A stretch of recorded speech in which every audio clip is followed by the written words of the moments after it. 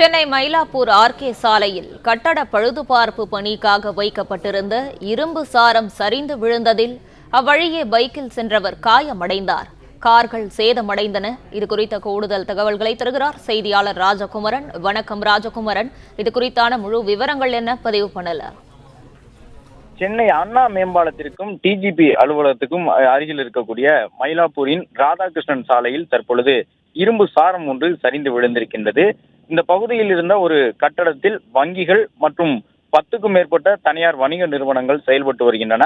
ராதாகிருஷ்ணன் சாலை டிஜிபி அலுவலகத்திற்கு வரக்கூடியவர்கள் அதிகமாக பயன்படுத்தக்கூடிய சாலை என்பதன் காரணமாகவும், அதே போன்று கடற்கரை சாலையிலிருந்து வரக்கூடிய வழி என்பதன் காரணமாகவும் அதிகப்படியான போக்குவரத்து மிகுந்த முக்கியத்துவம் கொண்ட பகுதி. இந்த நிலையில்தான் சற்று முன்பாக அந்த இரும்பு சாரம் பயங்கர சத்தத்தோடு சரிந்து விழுந்தது. ஆனால் நல்வாய்ப்பாக பெரிய அளவில் யாரும் அந்த சாரம் விழுந்த இடத்தில் இல்லை. ஆனால் அந்த சாலை வழியாக சென்று கொண்டிருந்த ஒரு இருசக்கர வாகன ஓட்டியின் மீது இந்த இரும்பு சாரம் விழுந்ததில் அவருக்கு லேசான காயம் ஏற்பட்டது. அதன் பிறகு அங்கு உடனடியாக வந்த காவல்துறையினர் தற்பொழுது ராயப்பேட்டை மருத்துவமனைக்கு அந்த காயமடைந்த நபரை அனுப்பி வைத்திருக்கின்றார்கள்.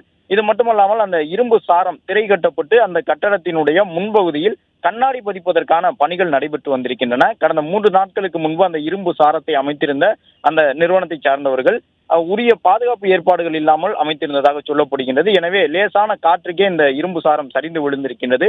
3 கார்கள் வரை கீழே நிறுத்தப்பட்டிருந்த நிலையில் தற்பொழுது அந்த இரும்பு சாரத்தின் கம்பிகள் அந்த கார்கள் மீது படிந்து கிடக்கின்றன.